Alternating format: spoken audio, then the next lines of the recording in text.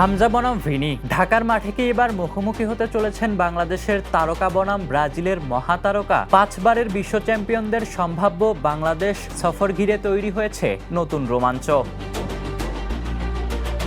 একদিনের জন্য হলেও ঢাকার ফুটবল আকাশে যেন ছড়িয়ে পড়েছে ব্রাজিলের হলুদ সবুজ ছায়া। গতকাল 5 সদস্যের ব্রাজিলিয়ান প্রতিনিধি দল ঢাকায় এসে ঘুরে দেখেছেন জাতীয় স্টেডিয়াম।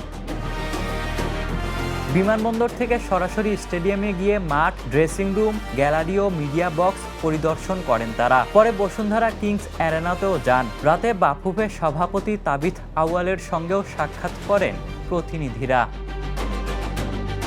এরপরই জোরালো হয়েছে বড় সম্ভাবনা। আগামী 5 অথবা 6 অক্টোবর ঢাকা জাতীয় স্টেডিয়ামে বাংলাদেশের বিপক্ষে প্রীতি ম্যাচ খেলতে চায় ব্রাজিল। ম্যাচটি হলে প্রায় 90 সদস্যের বহর নিয়ে ঢাকায় আসতে পারে 5 বারের বিশ্ব চ্যাম্পিয়নরা।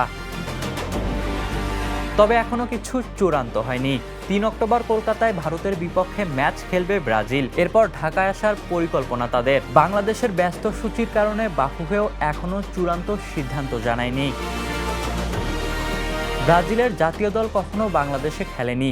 2011 সালে ঢাকায় এসেছিল আর্জেন্টিনা। এবার তাই ব্রাজিল এলে হামজা ভিনির লড়াই সহ বাংলাদেশের ফুটবলে তৈরি হবে নতুন এক ঐতিহাসিক মুহূর্ত।